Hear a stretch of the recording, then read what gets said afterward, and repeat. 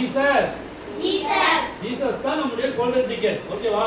Okay. Golden ticket தான் இயேசு, பரலோகம் செல்லும் ஒரே வழி, பரிசுத்தமாக வாழ்ந்திடு, பரலோகம் வந்து சேர்ந்திடு. கோல்டன் டிக்கெட் தான் இயேசு, பரலோகம் செல்லும் ஒரே வழி, பரிசுத்தமாக வாழ்ந்திடு, பரலோகம் வந்து சேர்ந்திடு.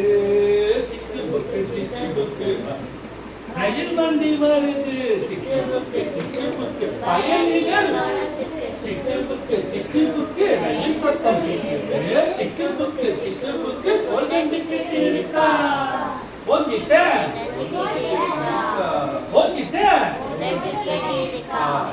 இந்த கோல்டன் டிக்கெட் ஆகிய இயேசப்பா நம்முடைய உள்ளத்துல மனசுல இருந்தாதான் நாம இந்த பூலோக வாழ்க்கையை முடிந்த பிற்பாடு அடுத்த வாழ்க்கையை நம்ம ஆரம்பிக்க பரலோக வாழ்க்கையில நம்ம பிரவேசிக்க முடியும். சரிங்களா? இதுவே நமக்கு நிரந்தரம் அல்ல. இந்த பூமியில் இருக்கிற வாழ்க்கை என்பது நிரந்தரம் அல்ல. சரிங்களா? இறந்து போனா அவ்வளவுதான். அதுக்கப்புறம் இன்னொரு வாழ்க்கை ஸ்டார்ட் ஆகுது. அதுதான் நமக்கு முக்கியம். இந்த பூமியில வாழ்ற வாழ்க்கை நமக்கு எப்பொழுதுமே டெம்பரவரி, தற்காலிகமானது. சரிங்களா? இது நிலை உள்ளது அல்ல. சரிங்களா? அப்போ இந்த நிலை இல்லாத இந்த பூமியில் இருக்கிற வாழ்க்கையில நம்முடைய மனசுல நம்முடைய உள்ளத்துல இயேசப்பாவை நாம ஏற்றுக்கொண்டால், இயேசப்பாவை வைத்து நம்முடைய காரியங்களை செய்தால் மட்டுமே நாம இந்த பூமியில் இருக்கிற வாழ்க்கையை முடிந்த பிற்பாடு நம்ம அடுத்த கட்ட வாழ்க்கையான பரலோகத்துல நம்ம கொண்டு போய் சேர்க்க முடியும். சரிங்களா? அப்போ இந்த கோல்டன் டிக்கெட் ஆகிய இயேசப்பாவை நம்முடைய உள்ளத்துல நாம ஏற்றுக்கொள்ள வேண்டியது யாருடைய கடமை? சொல்லுங்க. நம்முடைய கடமை. சொல்லுங்க. என்னுடைய கடமை. இந்த பூமியில வாழ்கின்ற வாழ்க்கையெல்லாம் நம்ம எப்படிதான் வாழணுமா? சொல்லுங்க. பரிசுத்தம். பரிசுத்தமா வாழணும். இயேசப்பா இந்த பூமியில வாழ்ந்து காட்டிட்டு போயிருக்கிறாரு. அவர் நமக்கு எக்ஸாம்பிள். சொல்லுங்க. அவர் நமக்கு முன்மாதிரி. சரிங்களா? அவர் முன்மாதிரியா வாழ்ந்து வச்சுட்டு போயிட்டாரு இந்த பூமியில. நாம் என்ன பண்ணோம்? அவர் எப்படி வாழ்ந்தாரோ அதே போல, இயேசப்பா எப்படி வாழ்ந்தாரோ அதே போல நாம என்ன பண்ணோம்? பூமியில பரிசுத்தமா வாழணும். சரிங்களா? அப்போ இந்த பரிசுத்தமா வாழும் பொழுது நம்முடைய மனசுல அசுத்தங்கள்லாம் வரவே கூடாது. தேவையில்லாத காரியங்கள்லாம் என்ன பண்ண கூடாது? நம்முடைய உள்ளத்துல போட்டு அடைக்க கூடாது. சாக்கடையில என்னதான் இருக்கும்? சொல்லுங்க. அழுக்கு, அருவருப்பு, அசுத்தமா தானே இருக்கும். அப்போ அந்த மாதிரி சாக்கடையான எண்ணங்கள், தேவையில்லாத சிந்தனைகள், தாறுமாறான கேவலமான காரியங்கள்லாம் நம்முடைய மைண்ட்லயே நம்ம உள்ளத்திலேயே வச்சுக்கிட்டாக்க நம்ம பரிசுத்தமா என்ன பண்ண முடியாது? இந்த பூமியில வாழவே முடியாது. Very good. ஜோர கைத்துங்க. Very good. வாழவே முடியாது.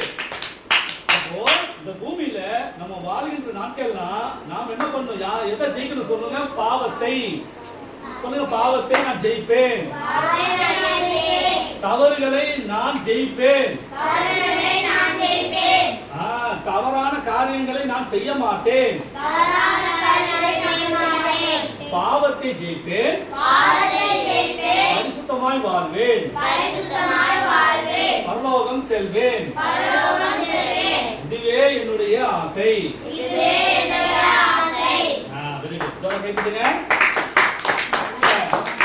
பாட்டோட அர்த்தமே அதான். சரிங்களா?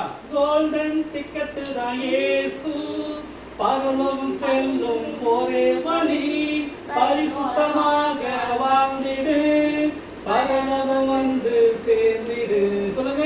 கோல்டன் டிக்கெட் தான் இயேசு, பரலோகம் செல்லும் ஒரே வழி, பரிசுத்தமாக வாழ்ந்திடு, பரலோகம் வந்து சேர்ந்திடு. அப்போ பரிசுத்தமான வாழ்க்கையை உடச்சு போட்ட கூடாதபடிக்கு அசுத்தமான காரியங்கள் நம்ம உள்ளத்துல வரக்கூடாது. சரிங்களா? எப்ப பார்த்தாலும் கெட்ட வார்த்தை பேசினா போச்சு நம்முடைய பரிசுத்தம். ஒருத்தவங்கள சண்டையை போட்டுட்டோம்னா போச்சு நம்முடைய பரிசுத்தம். சரிங்களா? அப்போ யார்கிட்டயாவது போய் பேசிட்டோம் அப்படின்னாக்க போச்சு நம்மள்ட்ட இருந்த பரிசுத்தம். சரிங்களா? அப்ப பரிசுத்தமா ஆடுறது ரொம்ப ரொம்ப முக்கியம். அதனால அடுத்தவங்க சண்டைக்கு போறது, கெட்ட வார்த்தை சொல்லி திட்டுறது, அப்புறம் தேவையில்லாத காரியங்கள்லாம் நம்ம செய்யறது, தீங்கி விளைவிக்கிறது, பொறி பேசுறது, ஒருத்தர் இல்லாத போது அவனை பத்தி வண்டியா பேசுறது, கழிவு ஊத்துறது, தவறு தேவையில்லாத காரியங்களை பத்தி பேசுறது. இதெல்லாம் நமக்கு இருக்கவே கூடாது. இதெல்லாம் சொல்லுங்க சாக்கடை, இதெல்லாம் அருவருப்பு. சரிங்களா? இந்த மாதிரி காரியங்கள் நம்ம உள்ளத்துல இருந்தாக்க பரிசுத்தமா வாழ முடியுமாமா? வாழவே முடியாதுப்பா. சரிங்களா?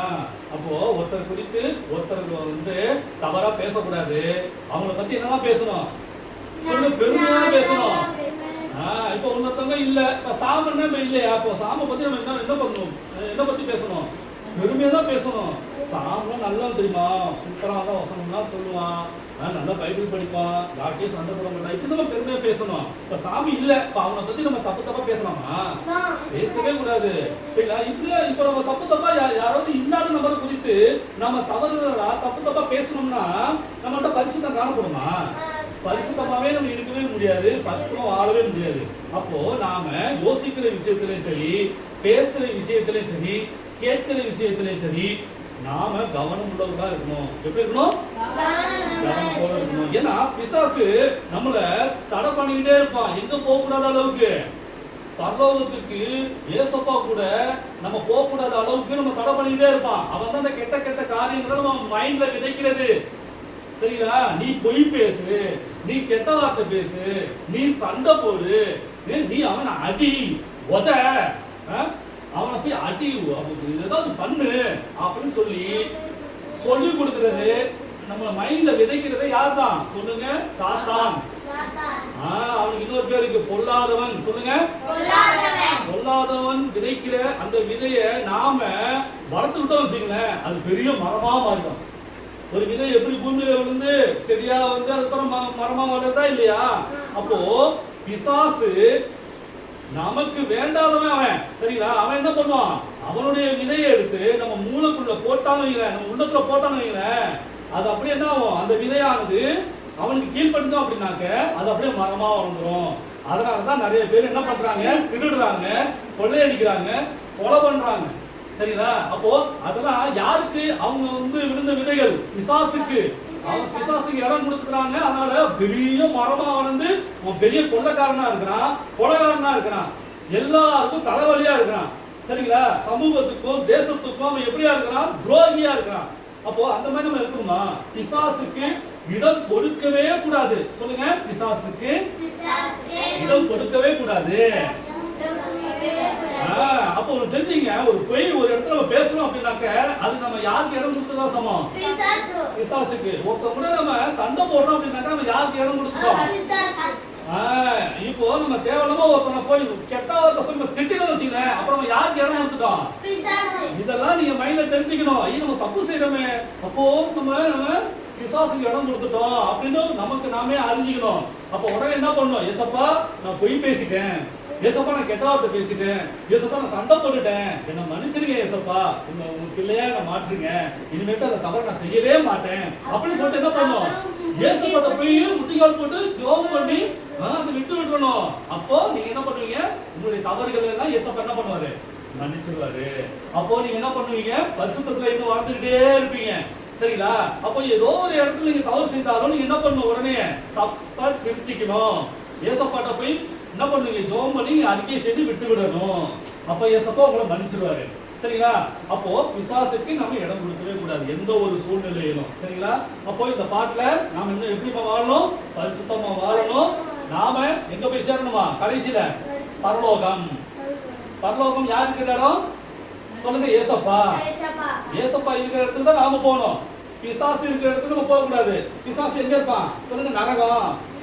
கடைசியில நாம ஏசப்போட பிள்ளைகளா எங்க இருப்போம்? பரலோகத்துல இருப்போம். தவறு செய்யறவங்க நரகம்.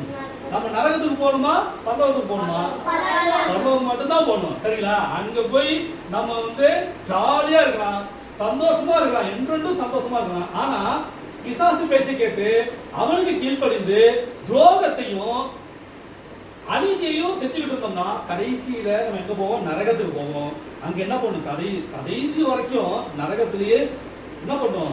கஷ்டப்பட்டுக்கிட்டே இருக்கணும், கொடுமையை அனுபவிச்சுக்கிட்டே இருக்கணும். அங்க சந்தோஷமும் இருக்காது, நன்மையும் இருக்காது, எதுவுமே நமக்கு உதவி செய்ய யாருமே அங்க வரமாட்டாங்க. சரிங்களா? அப்போ நாம பரிசுத்தமா வாழ்வோம், ஏசப்பாவுக்கு கீழ்ப்படிஞ்சிருப்போம், அவருடைய பிள்ளையா மாறுவோம். ஓகேவா?